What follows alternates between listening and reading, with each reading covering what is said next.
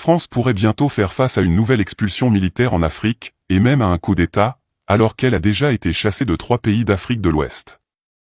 Les citoyens tchadiens pensent à un coup d'État militaire contre le président non élu Mahamat Déby Itno, comme seule solution pour chasser les militaires français stationnés au Tchad. Maintenant que l'armée française se prépare à quitter le Niger dans les prochains jours, la question de son prochain lieu de déploiement se pose avec acuité. Selon de nombreux experts spécialisés dans la région du Sahel, une possibilité envisagée est un redéploiement au Tchad. Cependant, cette perspective suscite des inquiétudes légitimes, car le Tchad accueille déjà plus de 1500 militaires français sur son sol, et leur présence n'est pas toujours bien perçue.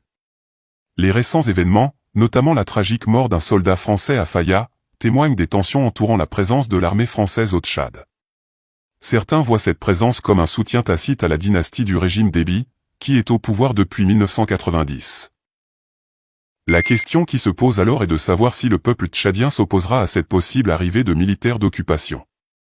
Malheureusement, il est peu probable que le peuple tchadien puisse s'y opposer efficacement. Les forces de l'ordre tchadiennes ont fait preuve d'une cruauté et d'une brutalité dignes d'une époque moyenâgeuse pour réprimer les soulèvements dans le pays. Face à de telles techniques de répression, il est difficile d'imaginer une réaction populaire capable de faire reculer l'armée française.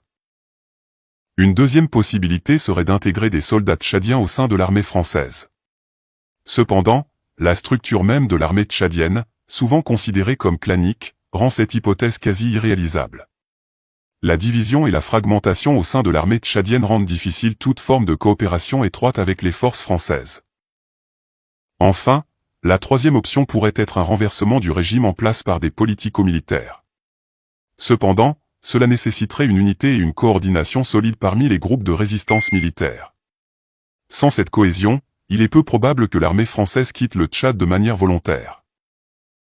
En parallèle, une demande de retrait des troupes françaises du sol tchadien prend de l'ampleur depuis le jeudi 28 septembre. Cet appel, qui circule largement sur les réseaux sociaux, a été signé par 21 personnalités de la société civile, ainsi que des représentants de partis politiques, aussi bien de la diaspora que de l'intérieur du pays. Le communiqué exige le départ des troupes françaises dans les 3 prochains mois, tout en demandant l'annulation des accords entre Paris et N'Djamena. La situation empire donc pour la France, qui perdrait ainsi son dernier point d'ancrage dans les pays sahéliens.